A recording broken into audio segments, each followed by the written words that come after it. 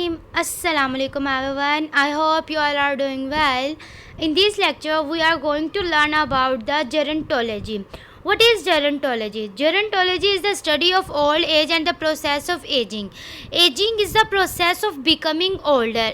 Ageing का process होता है कि जैसे जैसे इंसान की एज इंक्रीज़ होती है वैसे वैसे उसके अंदर चेंजिंग्स आना शुरू हो जाती हैं. ग्रेजुअल और कॉन्टीन्यूस चेंजिंग जो उनसे इंडिविजुअल के अंदर आती हैं हम उन्हें कहते हैं एजिंग.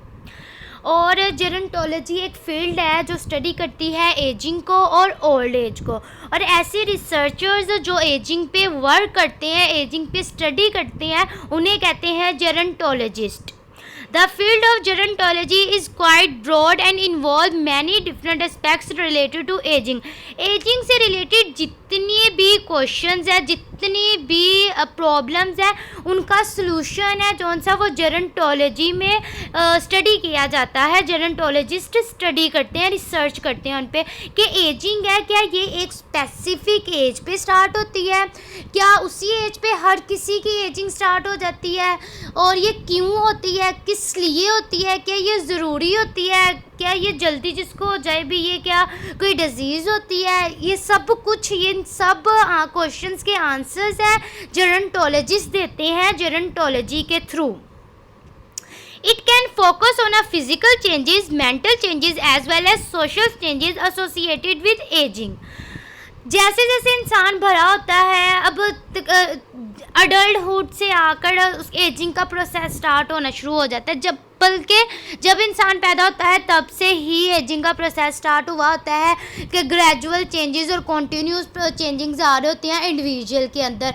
पहले वो डेवलप कर रहा होता है. फॉर एग्जांपल एक बर्फ़ है, पानी है, पानी अगर हम उसे फ्रिज में रख दें तो वो बर्फ़ बन जाती है, ठीक है, और फिर वो बर्फ़ से पानी बनना शुरू हो जाती है. उसी तरह एजिंग का प्रोसेस है कि इंसान पैदा होता है, इंसान के अंदर चेंजिंग्स आती हैं, वो ग्रूम करता है, अपनी पर्सनालिटी को ग्रूम करता है, अपनी सेंसरी एबिलिटीज़ उसकी पीक पे वर्क कर रही होती हैं अभी, हर चीज़ है उसकी ना बहुत प्रॉपरली वर्क कर रही होती है अभी. लेकिन वो जब स्टेज पे पहुंचता है, एक स्टेबल स्टेज पे, कि जैसे वो पानी था जब वो बर्फ़ बन जाता है वो स्टेबल हो जाता है. लेकिन जब वो स्टेबल हो जाता है उसके बाद वो थोड़ा थोड़ा पिघलना शुरू कर देता है कि उसके अंदर जैसे जब उसके अंदर पहले पॉजिटिव चेंजिंग्स आते हैं. जो एजिंग है वो पॉजिटिव चेंजिंग्स भी हो सकती है और नेगेटिव भी. पहले तो पॉजिटिव ही आ रही होती है ना कि बच्चा है वो बढ़ रहा होता है, डेवलप कर रहा होता है, बड़ा होता जाता है, बड़ा हो जाता है, 30 की एज, 30, 45 की एज तक वो बढ़ता जाता है. फिर 45 की एज से वो नीचे जाना शुरू हो जाता है कि वो जो बर्फ़ होती है वो पिघलना शुरू हो जाती है और फिर उससे वो दोबारा पानी बन जाती है. उसी तरह कैसे फ़िज़िकल चेंजिंग्स आती हैं बॉडी के अंदर. जो से बूढ़े लोग होते हैं अभी जो 40 ईयर्स के होते हैं उनको इतना फील नहीं होता, लेकिन जो 60-65 के होते हैं उनकी बोन्स में पेन होनी स्टार्ट हो जाती है. उनकी जो से मेमोरी होती है अभी इतनी शार्प नहीं रहती कि वो चीज़ों को ज़्यादा देर तक याद नहीं रख सकते भी. और कुछ तो इतने मतलब कि कुछ जो से बुज़ुर्ग होते हैं उनको तो ये भी अपने दूर दूर के रिश्तेदार भी भूल जाते हैं कि कोई कभी कभार मिलने आए ना वो उन्हें पहचान नहीं सकते, उन्हें पहचान नहीं पाते, क्योंकि उनकी मेमोरी है इतनी स्ट्रांग नहीं होती कि वो यूज़ करके अपनी मेमोरी को उसे पता चल जाए कि ये उसका कोई रिश्तेदार है. जो उसके करीबी रिश्तेदार होते हैं उनको वो इजीली पहचानता है, लेकिन जो दूर के कभी कभार मिलने आते हैं वो उसे नहीं पहचानते. क्यों? क्योंकि एजिंग का प्रोसेस हो रहा है और उसके अंदर मेंटल चेंजिंग्स आ रहे हैं एज वेल एज सोशल. उसके अंदर सोशल चेंजिंग्स भी आ रहे हैं कि जहाँ पे वो सोसाइटी से ज़्यादा उसके ज़्यादा रेफरेंसेस थे, वो सोसाइटी में निकलता था, जैसे वो निकलता था एक दिन में 5-6 रेफरेंसेस तो बना ही लेता है इंसान ने. लेकिन जब इंसान बूढ़ा हो जाता है वो सिर्फ घर में रहता है और ज़्यादा से ज़्यादा अपने करीबी रिश्तेदारों के घर जा सकता है. वो सोसाइटी में इतना इन्वॉल्व नहीं होता ना सोसाइटी के कामों में, तो इस वजह से जो उसका सोसाइटी के साथ इंट्रैक्शन है वो भी कम हो जाता है. Moreover researchers and practitioners is gerontology are knowledgeable in several fields like social science, physiology, psychology, public health and policy. जो से ये जेरोंटोलॉजी है वो हर फील्ड में वर्क करती है कि फिजिकली चेंजिंग्स क्या आ रहे हैं इंडिविजुअल के अंदर, साइकोलॉजिकली चेंजिंग्स क्या आ रहे हैं, मतलब कि उसके अंदर बिहेवियर में क्या चेंजिंग आया जब इंसान है बुरा होना स्टार्ट हो जाता है, उसकी कोग्निटिव एबिलिटीज़ में कैसी चेंजिंग्स आई है, उसकी हेल्थ में कैसी चेंजेस आई हैं, कि बहुत सारी फील्ड में बहुत इंपॉर्टेंट रोल प्ले करती है gerontology. Scientific studies of process that focus on the bodily changes that come with old age. जैसे इंसान बूढ़ा होना स्टार्ट हो जाता है उसकी बॉडी में भी चेंजिंग्स आना स्टार्ट हो जाती हैं। ये एक अहम प्रोसेस है जो कि हर इंसान अपने दादा दादी नाना नानी में देखता है, हर इंसान देखते हैं, लेकिन उसे ये पता नहीं होता कि कौन सा प्रोसेस है। उसे प्रोसेस को एजिंग कहते हैं और एजिंग का प्रोसेस हम जेरोंटोलॉजी में स्टडी करते हैं। Multi disciplinary investigation of societal change that result from an aging population। Investigation मतलब कि जो सा जेरोंटोलॉजी है वो हर लिहाज से एजिंग के इफ़ेक्ट्स को जानने की कोशिश करती है। Applications of this knowledge to policies and programmes. Thus gerontology involve care of elders as well as research and policy planning. Moreover there are several कि जेरोंटोलॉजी सिर्फ बुढ़ापे के बारे में नहीं बताती, वो ये भी बताती है जेरोंटोलॉजी कि किस तरह एजिंग का प्रोसेस है जौन सा उससे ज़्यादा मतलब कि जहाँ पे कुछ बुज़ुर्ग होते हैं कि अगर अब 40 से 45 से ही उनको ना एजिंग ज़्यादा डोमिनेंट होना शुरू हो जाती है और कुछ उनको 60-65 पे होती है। तो ये क्या फैक्टर्स हैं कि इंसान जल्दी बुरा हो जाता है, इनके बारे में भी जेरोंटोलॉजी गाइड करती है। Approaches of children to death. ये कुछ अप्रोचेस हैं जो अब हम पढ़ने लगे हैं अभी कि जब बच्चा छोटा था, डेथ जाहिर सी बात है जब इंसान बुरा होना शुरू हो जाता है उसके अंदर वीकनेस आना शुरू हो जाती है, तो फिर उसके अंदर है ना जोन सी बहुत सारी चेंजिंग्स आती हैं। और जब चेंजिंग्स आती हैं तो जाहिर सी बात है इंसान पैदा हुआ है तो उसकी मौत भी होनी है, तो वो डेथ की तरफ करीब जाना शुरू हो जाता है। और जब उसकी डेथ हो जाती है, छोटे बच्चे बड़े इंसान को तो पता है एक अडल्टहुड को कि डेथ किसे कहते हैं, ये कोई टर्म है या फिर ये क्या चीज़ है, लेकिन जो छोटे बच्चे हैं उनको नहीं पता होता कि ये डेथ क्या है। तो why study children's experience of death. Clinical perspectives. दो पर्सपेक्टिव्स हैं कि बच्चों को क्यों नहीं पता चलता कि ये डेथ क्या चीज़ है और किस लिए और किस तरह उन्हें बताना चाहिए कि डेथ क्या चीज़ है। क्लिनिकल पर्सपेक्टिव जो क्लिनिकल नज़रे कह सकते हैं, अभी क्लिनिकल वाले हैं वो ये कहते हैं, उनका ये मानना है कि to help children and their parents cope with death of loved one. Cope का मतलब है निमटना, कि अगर किसी उनके अजीज़ रिश्तेदार की डेथ हो गई है तो उसके साथ कैसे निमटना है और किस तरह क्या बिहेवियर शो करना है। तब ही कोई बिहेवियर शो करेगा ना इंसान जब उसे पता होगा कि डेथ क्या चीज़ है और क्या नहीं। To help critically ill children and their parents cope with the child's impending death. Impending का मतलब होता है नज़दीक, जो बच्चा मरने के नज़दीक होता है तो उसको कैसे बताया जाए कि आपकी डेथ होने वाली है। कुछ बच्चे होते हैं जिनको छोटी ही एज में कैंसर होता है और उनकी जोन सी होते हैं उनके पास बहुत थोड़ा अरसा होता है जीने के लिए, तो उन्हें इस तरह डॉक्टर गाइड करते हैं कि उन्हें डेथ से डर नहीं लगता, बल्कि वो कहते हैं कि जो हमारे पास दिन है हम उन्हें दिल खोल कर जी लें और अपनी हर ख्वाहिश को इन्हीं दिनों में पूरा कर लें भी। कि बच्चों को इस तरह डेथ की जोन सी एक टर्म है उससे गाइड करना कि बच्चे अवेयर भी हो जाएं कि डेथ कहते किसे हैं और डेथ से डरें भी ना। Cognitive developmental perspective. To gain a better understanding of children's understanding of a biological phenomena and local tragedy and the aftermath। Aftermath कहते हैं नतीजा। कोग्निटिव के जो से बच्चों का दिमाग है, कोग्निटिव है, उनके जो से थॉट्स हैं वो कैसे डेवलप करने चाहिए। भी जब छोटा बच्चा होता है तो उसे नहीं पता, वो उसके जो टॉयज़ हैं वो भी घूम जाएं तो कहते हैं उसकी डेथ हो गई है, वो किधर गए, अब उन्होंने आना नहीं, उन्हें नहीं पता होता कि डेथ क्या, उनके कोई अजीज़ो वो कारिब की भी डेथ हो जाए ना तो उनको यही लगता है, उन्हें नहीं पता होता कि वो अब वो हमेशा के लिए चले गए हैं, वो कभी नहीं आएंगे। उन्हें यही फील होता है कि शायद वो लंबे अरसे के लिए सो गए हैं, शायद वो कहीं दूर चले गए हैं, थोड़े अरसे बाद आ जाएंगे। तो उनके ये अब थॉट्स होते हैं, लेकिन जैसे जैसे वो बड़े होते हैं वैसे वैसे उनको पता चल जाता है कि डेथ कहते किसे हैं और ये क्या चीज़ होती है।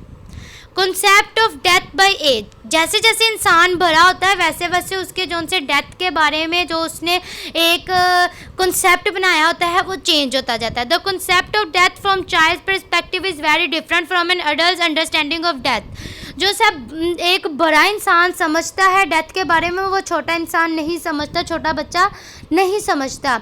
छोटे बच्चे को तो यही पता होता है कि शायद कोई पता नहीं कहीं जा रहा है या फिर पता नहीं क्या हुआ है, वो रियलाइज़ नहीं कर पाता कि डेथ कहते किसे हैं अभी। Furthermore, as the child grows and matures, his her earlier ways of thinking about death will change. जैसे जैसे वो बड़ा होता है उसके सोचने का तरीका बदलता है। It is essential for the adult to have a sense of how children conceptualize death of different ages so that when the time comes to talk about death, कि एक स्पेसिफिक एज होती है जब बच्चे को बताया जा सकता है कि डेथ क्या चीज़ है। और डेथ उसको कहते हैं कि जब इंसान मर जाता है और कभी भी दोबारा वापस नहीं आता और ना ही आ सकता है, उसके बारे में बता देना बच्चे को। Older infants 1 to 2 year of age, जब बच्चा 1 से 2 साल का होता है तो उसके क्या कॉन्सेप्ट होते हैं डेथ के बारे में। अब हम सिर्फ डेथ के बारे में कंटिन्यूसली क्यों पढ़ रहे हैं, क्योंकि जेरोंटोलॉजी है जो सी वो डेथ के बारे में और एजिंग के बारे में बताती है अभी। और एजिंग का जो सा लास्ट स्टेप है वो ये लास्ट जो सा कह सकते हैं स्टेप भी कह सकते हैं कि डेथ है। तो डेथ के बारे में कुछ अप्रोचेज़ हैं जो हम ये यहाँ पर पढ़ रहे हैं। The death of primary caregiver will usually result in despair and depression. कि अगर केयर गिवर किसी माँ की या बाप की डेथ हो जाए बच्चे की, तो क्योंकि उसे आदत होती है कि उसे बच्चे अपने माँ बाप के पास रहने की, उसे माँ बाप जितना प्यार करते हैं उतना कोई भी नहीं कर सकता। अभी जब बच्चा पैदा होता है तब उसे कुछ भी नहीं पता होता कि उसे कौन उठा रहा है, कौन फीड करा रहा है, उसे कोई मतलब नहीं होता। लेकिन जैसे जैसे वो बड़ा होता है उसका अफेक्शन इंक्रीज़ होती है, अपने माँ बाप के साथ प्यार बढ़ता है। तो जब उसके किसी केयर गिवर की डेथ होगी ना तो वो डिप्रेशन में चला जाएगा, क्योंकि वो गिगर है, वो रोएगा। अक्सर बच्चे माँ है वो थोड़ी देर के लिए भी बच्चे से दूर हो जाए, कहीं बाजार वगैरह चली जाए तो बच्चा बहुत रोता है, बहुत तंग करता है कि माँ किधर। और माँ को देखते देखते सारी वो रिलैक्स हो जाता है। क्यों? क्योंकि उसका माँ के साथ बहुत अट्रैक्शन हो चुका होता है इस वजह से। Although a loss may occur, there is no ability to understand or attribute meaning to it. वो नहीं, उसे नहीं पता होता कि जो सी मेरी माँ है वो दूर चली गई है, वो उससे क्या एट्रीब्यूट कहते हैं कि नाम देने को, कि वो उस चीज़ को क्या नाम दे कि उसकी माँ दोबारा कभी भी उसके पास नहीं आएगी, उससे प्यार नहीं करेगी। वो इस चीज़ को क्या नाम दे उसे इस एज पे नहीं पता होता 1 से 2 साल की एज में। Infants can be influenced by the parents tense and emotional grief reactions to death in the immediate family. जैसे इन्फेंट्स हैं, अगर माँ बाप को देखते हैं कि उनका बिहेवियर कैसा है, वो कैसे मतलब कि क्या ग्रीफ कहते हैं गम को, कि गम में उनके कैसे इमोशंस हैं, वो रो रहे हैं, क्यों रो रहे हैं, अच्छा कोई मतलब कि इसकी डेथ हो चुकी है, क्या हुआ है, किस वजह से माँ बाप रो रहे हैं, तो माँ बाप का असर भी बच्चों पे बहुत जाता है कि थोड़ा बहुत वो समझने की कोशिश करती हैं कि ये घर में ऐसा क्या हुआ है कि मेरे माँ बाप इतने अपसेट हैं और इतना गमज़दा माहौल बना हुआ है घर में। 2 से 6 साल की उम्र में क्या कॉन्सेप्ट होता है डेथ का एक चिल्ड्रन का? Death is understood as temporary and reversible. इस एज में बच्चा ये समझता है डेथ एक कॉन्सेप्ट उसके दिमाग में बन चुका होता है कि थोड़े अरसे के लिए कोई इंसान है वो उनसे दूर हो जाता है, लेकिन उनका ये होता है कि सिर्फ ये टेम्परेरी तौर पे, और थोड़ी देर बाद जो भी बंदा है या बंदी है वो आ जाएगी, थोड़ी देर बाद ज़िंदा हो जाएगी, वो हमारे सामने आ जाएगी, हमसे बातें करेंगी। ये कॉन्सेप्ट होता है। There is no concept of personal death. Death is something that only happens to other. उनका ये कॉन्सेप्ट नहीं होता कि उन्होंने भी मरना है, उन्हें ये नहीं पता होता, उन्हें सिर्फ ये पता होता है कि ये डेथ है, सिर्फ दूसरे लोगों की डेथ होनी है, हमारी डेथ नहीं होनी। डेड पर्सन और animals are broken and can be fixed और अस्लीप। उन्हें ये लगता है कि जो सा इंसान है वो मर गया है, हम उससे जोड़ सकते हैं, जैसे खिलौना टूट जाए और वो वर्क करना बंद कर देता है, बोलना बंद कर देता है। खिलौना अगर कोई बोलने वाला है, बैटरी वाला है, तो अगर उसकी नई बैटरी ले आए तो वो बोलना स्टार्ट हो जाता है। तो उसके भी यही थिंकिंग होती है कि जो इंसान मर जाता है, अगर हम उसको जोड़ें, उसके अंदर बैटरी डालें तो वो ज़िंदा हो जाएगा। या फिर ये कहते हैं कि शायद वो लंबे अरसे के लिए सो गया है और दोबारा उठ जाएगा, या ये थोड़ी देर के लिए कहीं गया और फिर वापस आ जाएगा। ये कॉन्सेप्ट होते हैं बच्चों के डेथ के बारे में। Well, 12, 4, 6 years old often think about and are quite interested in death and often want to see and touch dead things. उसे डेथ के बारे में इंटरेस्ट होता है कि ये डेथ क्या चीज़ है, और वो सोचना शुरू हो जाता है कि जो इंसान मर जाता है क्या उसके अंदर क्या चेंजिंग्स आती हैं, क्या हम उसे हाथ लगा सकते हैं, नहीं लगा सकते। ऐसे बहुत सारे क्वेश्चंस हैं जो उनसे बच्चे के दिमाग में होते हैं। 6 to 9 years of age. From 6 to 8 years, a clearer understanding of death is developing. 6 से 8 साल की उम्र में बच्चे को पता चल जाता है प्रॉपरली तौर पे कि डेथ किसे कहते हैं, और जो इंसान मर जाता है वो दोबारा कभी भी वापस नहीं आ सकता, और हर इंसान ने मरना है। There is increase interest in the physical and biological aspects of a death. उसका जो सा इंटरेस्ट है वो इंक्रीज़ हो जाता है कि ये फिज़िकल बायोलॉजिकल क्या कुछ चेंजिंग्स आती हैं कि जब इंसान मर जाता है क्यों, क्या किस वजह से मरता है, किसी बीमारी की वजह से मरता है या खुद ब खुद मर जाता है, कोई भी चीज़ नहीं होती। उनके बहुत सारे क्वेश्चंस होते हैं इस वक्त पे भी, लेकिन वो इस बात को पता उनको चल जाता होता है कि डेथ किसे कहते हैं। मैजिकल थिंकिंग, उन्हें ये लगता है कि अगर अब भी उन्हें यही रियलाइज़ उनको हो रहा होता है कि सिर्फ ये जब डेथ होती है सिर्फ हम जो सोचते हैं वही होता है, कि हमारी मैजिकल थिंकिंग है, हम जो सोचेंगे वही होगा। अगर हम किसी के डेथ के बारे में सोचेंगे तो किसी की डेथ हो जाएगी। उन्हें ये नहीं पता होता कि एक स्पेसिफिक वक्त होता है जब किसी की डेथ होनी होती है, अभी किसी भी इंसिडेंट की वजह से, किसी एक्सीडेंट की वजह से, किसी डिजीज़ की वजह से। डेथ इज़ नॉट रिवर्सिबल और temporary but only happen to some और अदर। अब भी इसी एज पे भी उन्हें यही लग रहा होता है कि अब इस एज पर उन्हें ये पता चल जाता है कि डेथ रिवर्सिबल नहीं है, जो इंसान मर जाता है उसने दोबारा कभी भी नहीं आना होता। Death is often thought of a person as a ghost figure. उन्हें ये लगता है कि जब इंसान मर जाता है उसके बाद वो भूत बन जाता है। 12 से लेकर onward 12 years of age through adolescence, OG नहीं है OF है, कि जब 12 साल से लेकर अडल्सन तक, मतलब कि 20-25 एज तक क्या कॉन्सेप्ट होते हैं।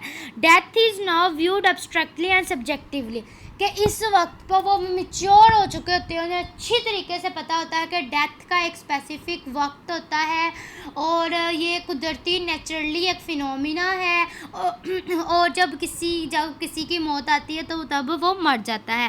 There is a strong egocentrism and a tendency to think of themself as a immortal, कि वो अपने आप को भी अब इस एज पे आंखों से पता चल जाता है कि डेथ है वो हर किसी की होती है और उसकी भी होनी है, वो भी पैदा हुआ है, उसके अंदर भी एजिंग का प्रोसेस स्टार्ट हो चुका हुआ है और उसकी भी डेथ होनी है।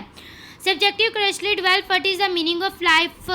अब जब उसे डेथ के बारे में पता चल चुका होता है तो वो कहता है कि फिर ये ज़िंदगी क्या है, इसका मकसद क्या है ज़िंदगी का, हम ज़िंदगी में क्यों आए हैं, किस लिए आए हैं, क्या करने के लिए आए हैं। Thank you so much. उम्मीद है आपको समझ आ गई होगी। ये हमारा लास्ट लेक्चर था डेवलपमेंट साइकोलॉजी का, जो हमने कोर्स आउटलाइन स्टार्ट की हुई थी। और please like share and subscribe my channel. Okay, अल्लाह हाफिज़।